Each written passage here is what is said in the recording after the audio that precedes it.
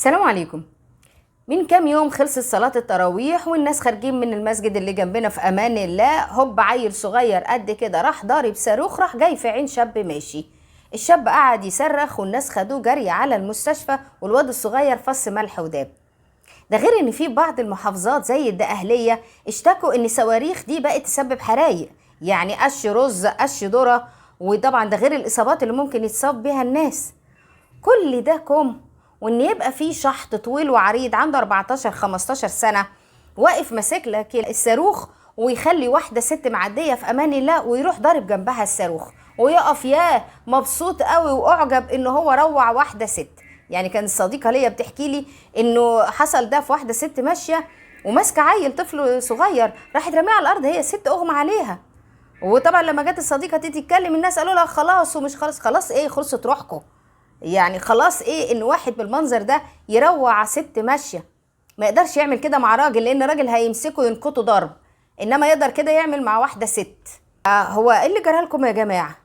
يعني الشحط ده عايز يتاخد كده من قفاه. لو انت يا حبيبي مغرم بصواريخ، اطلع على الدول اللي فيها صواريخ حيه، يكشي صاروخ منهم ياخدك في سكته ما يرجعك. انما انك تقف تروع الناس كده، ده ربنا وعد اللي بيروع الناس بان هو هيتم ترويعه يوم القيامه.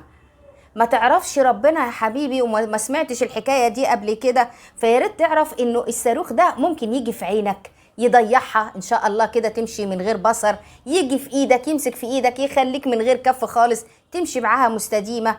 خاف على نفسك. ما خفتش على نفسك واصريت على كده، يبقى يطلب لك البوليس علشان تتربى. نيجي للستات بقى. طب ده عنده 14 15 سنه واعي وعارف بيعمل ايه. انت بقى حضرتك بتدي ابنك الفلوس وتطلقيه في الشارع، جيب يا حبيبي ما بدالك. يعني طيح يا حبيبي في خلق الله. طبعا زي ما انت بالظبط كده قلت للشاب، انت رخرة لا تعرفي ربنا ولا تعرفي عذابه، وان شاء الله يولع في امثالك بجاز يعني. انما خافي على ابنك. ده اكتر اصابات للعين للاطفال جايه من الصواريخ والبومب. يعني عشان ما تقعديش طول عمرك سحباه، لان هو خلاص يعني هتجيله شظيه في عينه هيعمى، هتسحبيه طول عمرك. الصاروخ يجي في ايديه يخليهولك من غير كفين ايدين، هتقعدي بيه طول عمرك انت اللي تخدميه.